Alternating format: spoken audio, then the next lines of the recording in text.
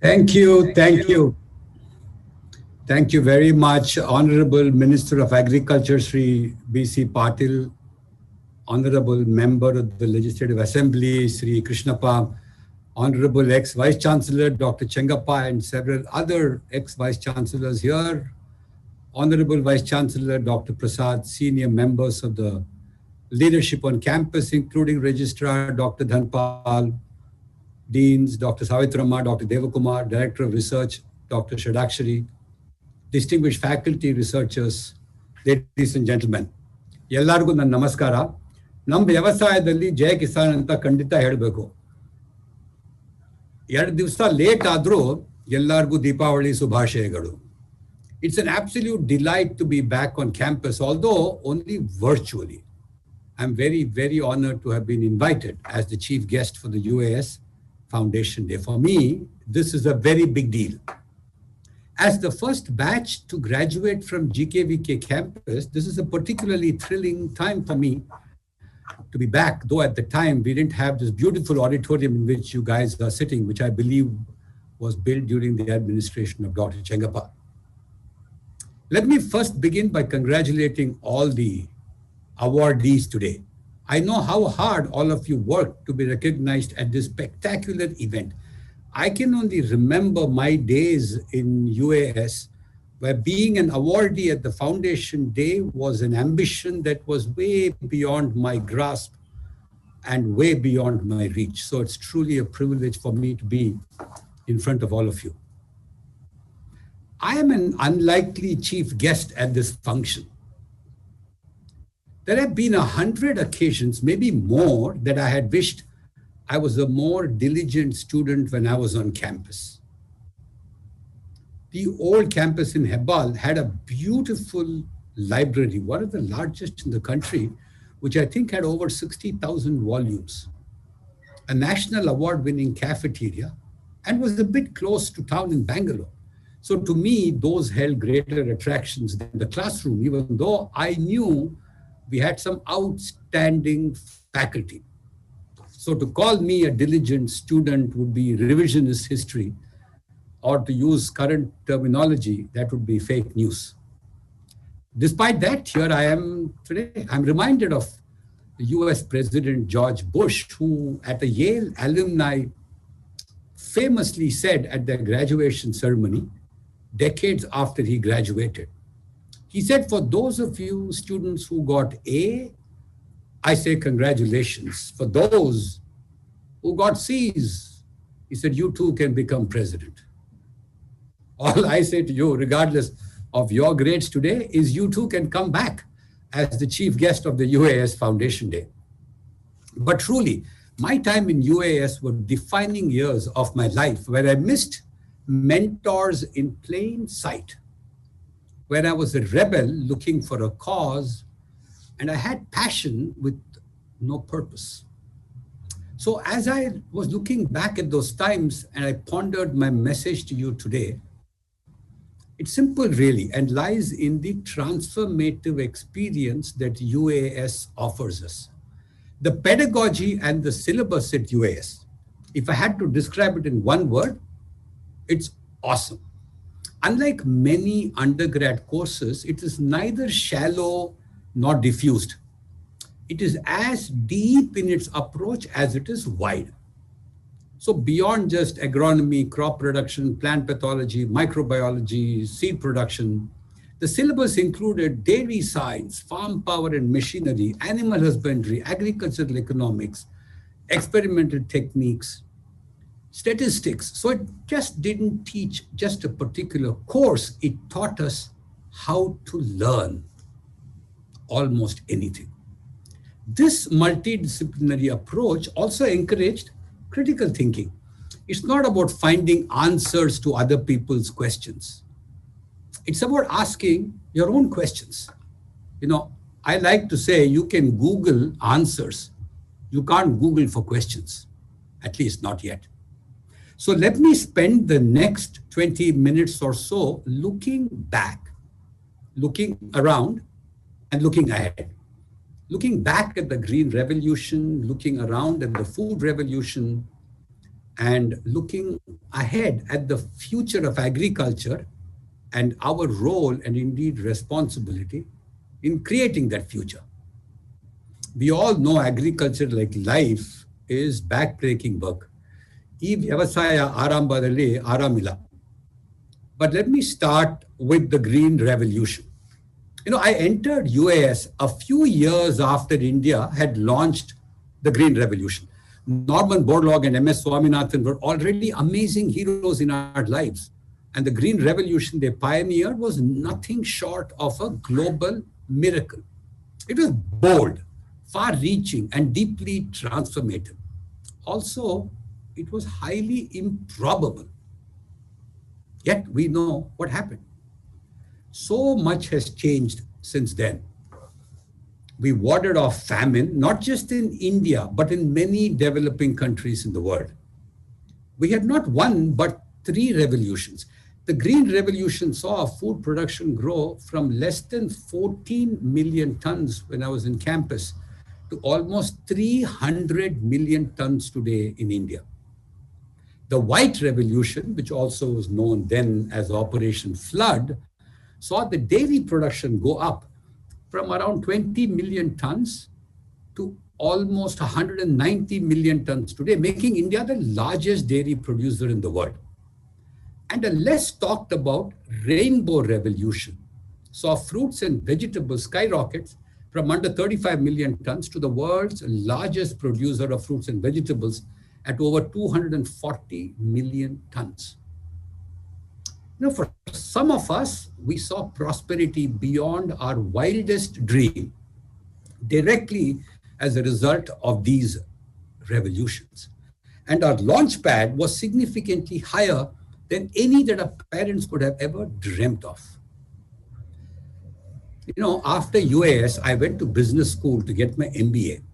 And I was struck by the fact that my first starting salary after my MBA program was greater than my father's last drawn salary as a gazetted officer for the government of India. Yes, so much has changed. But yet, Ivaga, if you talk to a farmer in Shimoga, Kolar, Raichur, Gadchiroli, Yavatmal, Amravati, Aurin Kelidre, we know so much has not changed. Prosperous is not the word you will use to describe him and his family. That's the flip side of the Green Revolution. These 50 years has seen his yield increase, but his wealth stagnate. The soil that was fertile for thousands of years is now reaching toxic levels. The river and canal waters that irrigated his fields now are a source of pollutants, if they are a source at all. The synthetic fertilizers and pesticides that we used as our Sarva Roga Nivarane has polluted the aquifer below. Our agrobiodiversity has plummeted. FAO report nodidre 90% of the crops have disappeared in the world since the Green Revolution. For instance, in India alone, almost 100,000 rice varieties were grown. Iವಾಗ ನೋಡಿದ್ರೆ there are a few dozen. It's the same story for millets, pseudo-grains, lentils, vegetables. Most of the cultivars have disappeared forever. Ivaga, we have fewer insects that pollinate and greater insects that destroy. And of course, we have greater number of insecticides. Contact pesticides have become systemic. Organophosphates have become synthetic pyrethroids. Farmers and their families have become sick. And the Indian farmer suicide rates have become a topic of debate internationally. Iವಾಗ ನೋಡಿದ್ರೆ, we have sophisticated technologies at our fingertips. We can predict the weather, but the rainfall across the farms of India have dropped. We can predict pest attacks, but we cannot prevent them. We can predict drought, but we cannot avoid them. We can even predict the price of onions, but we cannot control them. And of course, we can predict the poverty of farmers and can do little to reverse it. Namagala lot may have changed. Clearly, the farmer's lot has not yet. So, which report card do we look at? The glitzy, modern software superpower in the making, or a country whose farmers are a long way from seeing prosperity? Jai Kisan and Thedre, just the beginning. A healthy farmer is the only harbinger for a healthy nation. The ancient texts in India had it right when they said Annadhata Sukhi Bhava. In our company, Seesaw, which is the Center for the Spread of Affordable Wellness, we say it differently. Pay the farmer, not the pharmacy. India, Nordre, as a culture, our understanding of food is deep, and the whole science of Ayurveda included a detailed description of what to eat, who should eat what, and what benefits one might expect from the specific foods that we put into our body.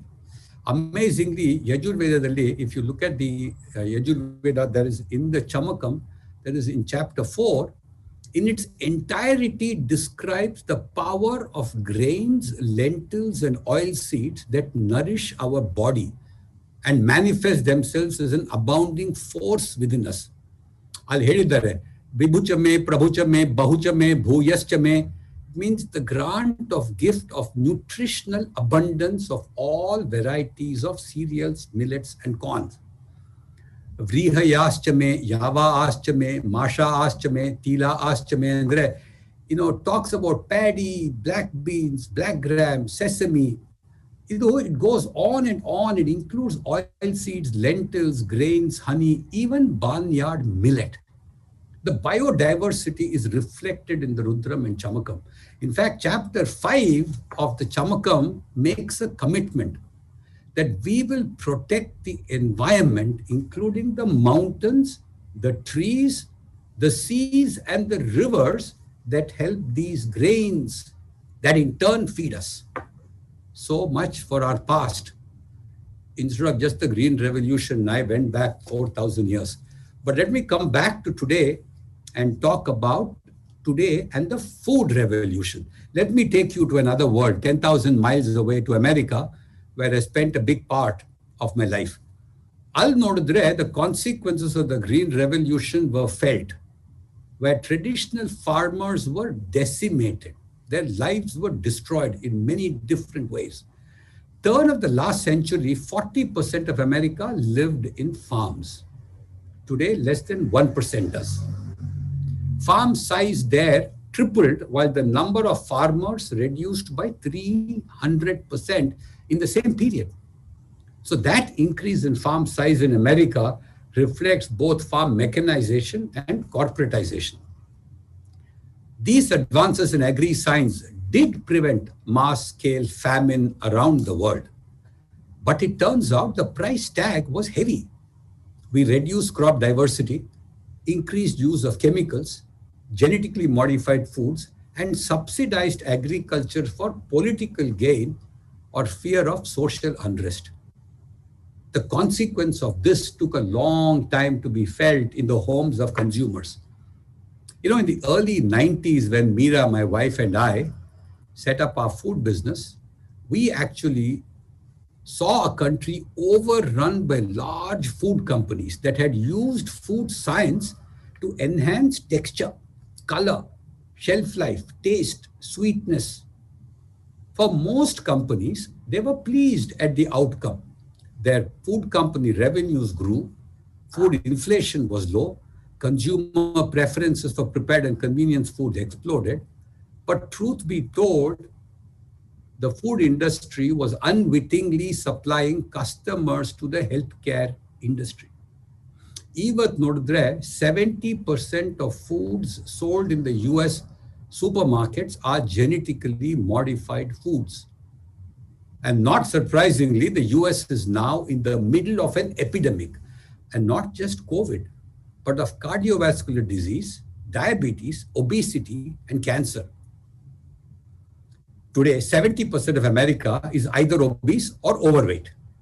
1 in 10 Americans have diabetes. 1 in 4 of every death in America is due to cardiovascular disease. Or let me put it in perspective for you. Every 36 seconds, somebody in America dies of heart disease. It's easy to blame our genes, but actually, Nodudre, we know the truth. It's because our diet has been deeply influenced by the food industry. Truth be told, these consequences could have been predicted. The consequences of the green revolution on the one hand and food revolution on the other has also taken a toll on the environment. Very simply, we have plundered the surface of the earth, the air above and the crust below. Every year, on an average, we deforest 70 million acres globally. That is the size of Karnataka. Every year, we lose that amount of forest land in the world. We emitted 37 billion tons of carbon dioxide last year. It is 20 times the weight of all the cars on the road globally, 20 times that weight. We drill for oil relentlessly. Oil production today is 100 million barrels. That is about 5 billion tons a year. That is double, more than double the quantity of grains we produce every year, which means we consume more than twice the amount of oil than we consume food. The consequence of these is plentiful. Let me name just a few. Pandemics, we are seeing that. Pandemics, by releasing viruses and bacteria that belong inside forests that come out because of deforestation.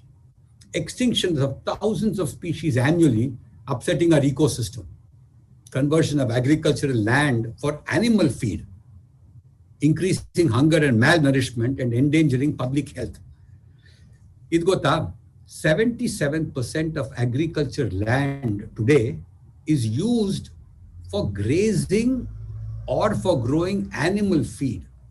77%. Yet this gigantic 77% only supplies 17% of global calories and only 1/3 of the global protein. And a staggering 40% of all the grains we produce are actually used to feed animals, not humans. The best of intentions can have unintended consequences, which one might argue could have been foreseen. The Green Revolution certainly solved hunger, but kept the farmer poor and the globe warmer. Food science, which in the same period as the Green Revolution made startling progress, prevented food inflation, improved corporate profits, but affected public health and added to an increased carbon footprint. So now we come to an interesting fork in the road. Where do we go from here?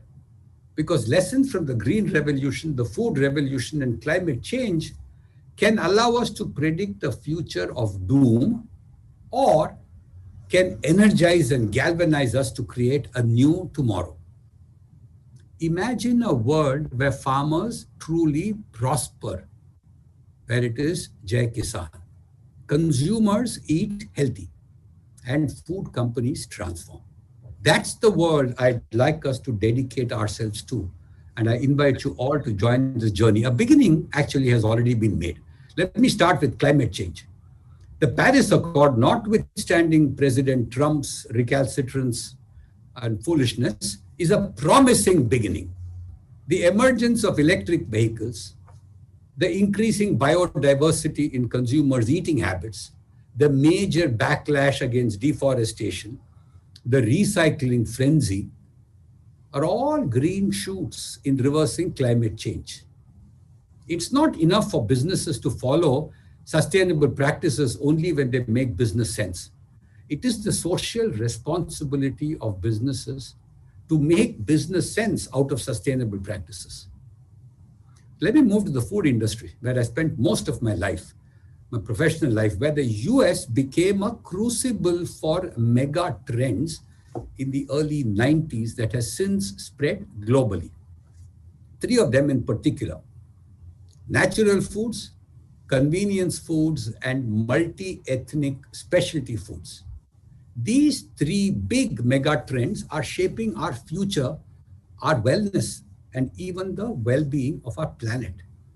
The first is natural and organic foods, where consumers are increasingly conscious of what they eat and are wary about chemicals in their food. The second is convenience foods, nuclear families, women in the workforce, many more distractions in life than before, multitasking, and less time at home has led to explosive growth in convenience foods. And the third is multi-ethnic specialty foods. Each of us consumes multiple cuisines in a week around the world.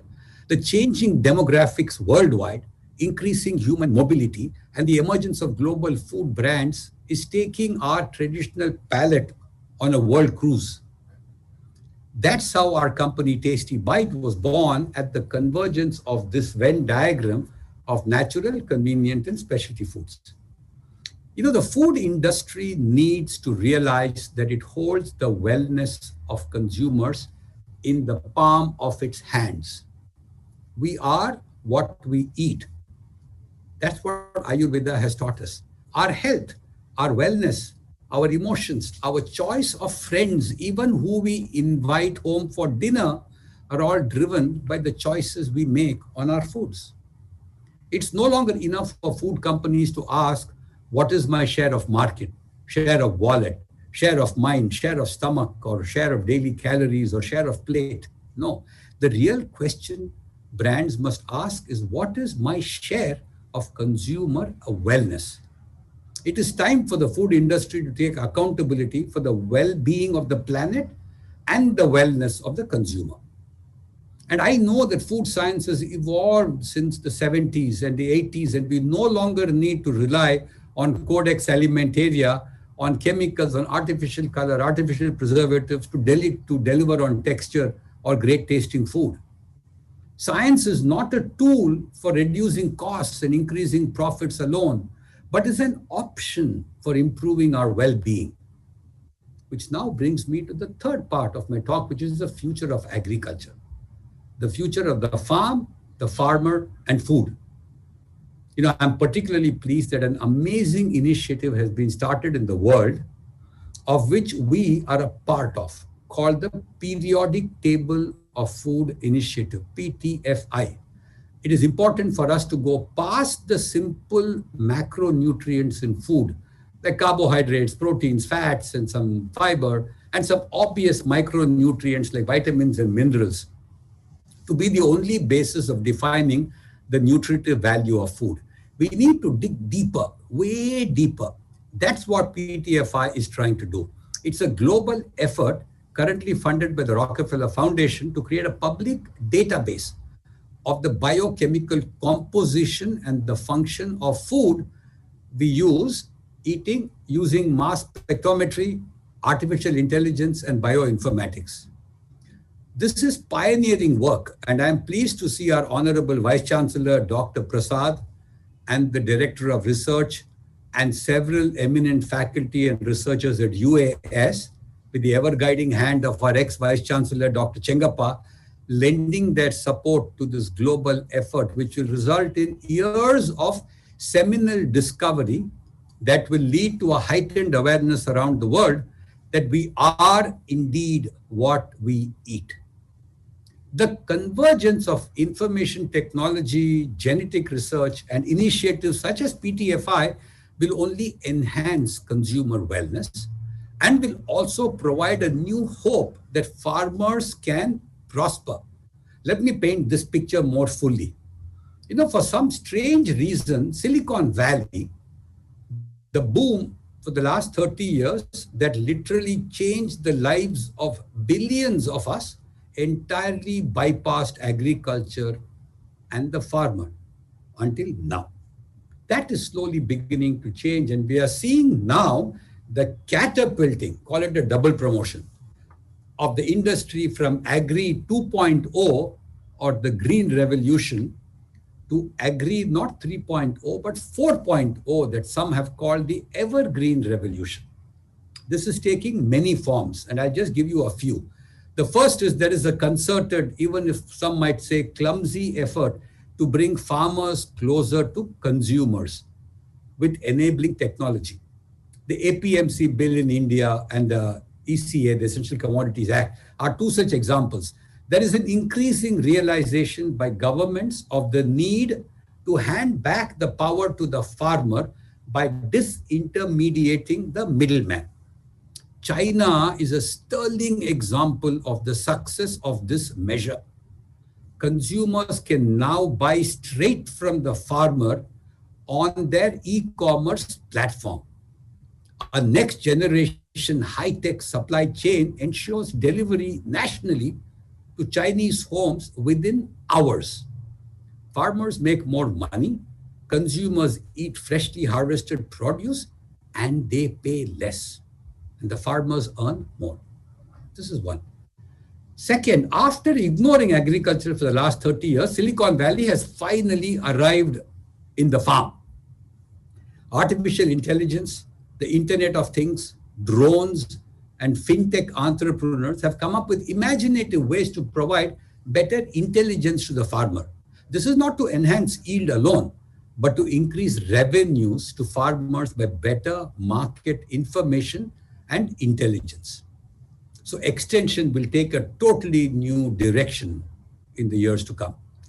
Third, precision agriculture. We spoke a little bit about it earlier today, like hydroponics, aeroponics, aquaponics, vertical farming, controlled environment agriculture. These will provide new opportunities for farmers to come together to fully benefit from the potential that these new technologies offer. Yields are increasing 70 to 100 times open field agriculture in specific crops, and they use no fertilizer or pesticides.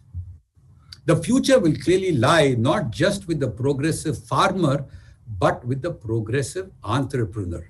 As Dr. Chengappa, our ex-vice chancellor, used to say, the farm is a firm first.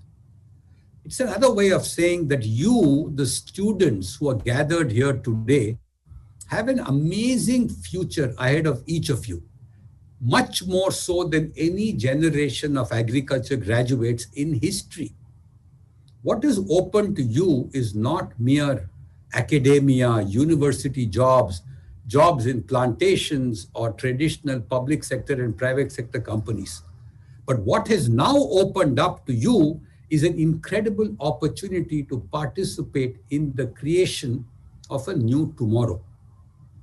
Imagine a world where, imagine a future and spend your life in making that future come true. Allow yourself to believe that you are not just a product of your village, taluka, district, state, or even country. It may be hard for you to believe, but many of you will not remain in your districts or in your state. You will be in far-flung parts of the country. Many of you will move overseas. In fact, in UAS in the US Agricultural University landscape, literally hundreds of NUM University UAS alumni are famous scientists, researchers, and even bureaucrats. You will not merely be in your chosen field of specialization or electives, but you will reach for expertise in disciplines far flung from what you're familiar with today, only because you can. Even as we embrace science, let's ever be watchful about what not the possibilities are, but also what our responsibilities are. GMO comes to mind. Yes, we have the power to genetically modify an organism. Yes, we have the ability to put a gene of a bacteria into Oryza sativa and call it golden rice and claim it can prevent blindness in children. Jopana.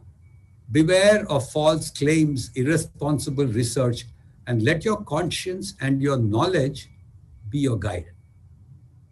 I'm going to leave all you students, learners, researchers with 5 takeaways. First, think big, think global.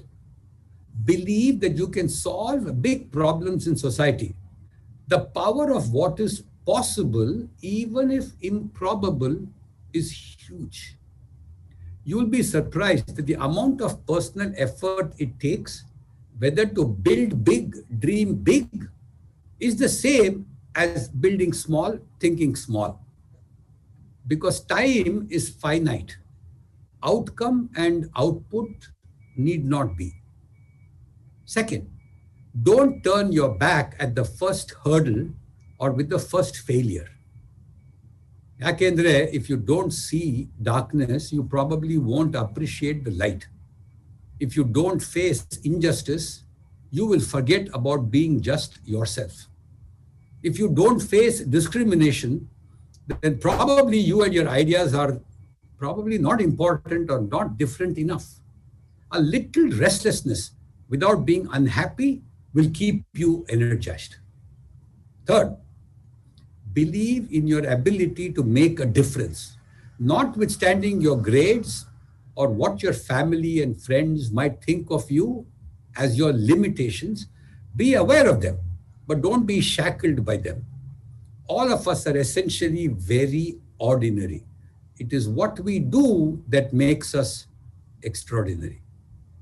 Four, become a collector of mentors. They could be members of your family, your teachers, your bosses, even your friends. And don't worry about impressing these people. Instead, learn to be impressed. Don't burden yourself to inspire others. Instead, be inspired. The ability to allow mentors into your life, yet hold deep personal conviction, will give you wind beneath your wings.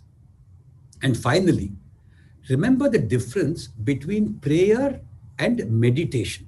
You know, sometimes in prayer, you are reduced to merely asking. You got your hand out. In meditation, you commit to who you are and what you will do. You don't have your hand out, you have your hand on your heart. So even as you pray, meditate. You will be amazed at the power that your own commitment will unleash. Think about this. Would you rather be employed or be an employer? Would you rather have a job or create jobs? Would you rather draw a salary or create wealth? Would you rather demand the right to live in a future which you cannot predict, or would you rather predict and create the future of your dreams? At any rate, which is more fun? It may be difficult sitting here in GKVK campus to imagine a world thousands of miles away, or a time, years, and perhaps decades away, with friends from other genders, races, countries. Each of these will define who you become. It may be difficult for you to imagine you as the hero and the heroine in a story that you think you don't belong in. But I know I am looking at that heroine. I am looking at that hero. I am looking at you. And as I like to say, if you look where I'm looking, you will see what I'm seeing. I'm seeing a beautiful future and change makers all around me today in this auspicious UAS Foundation Day. You have lots of work to do, so goodbye and good luck. May you live your dreams. Jeevan Badrani Pashyanti. Thank you.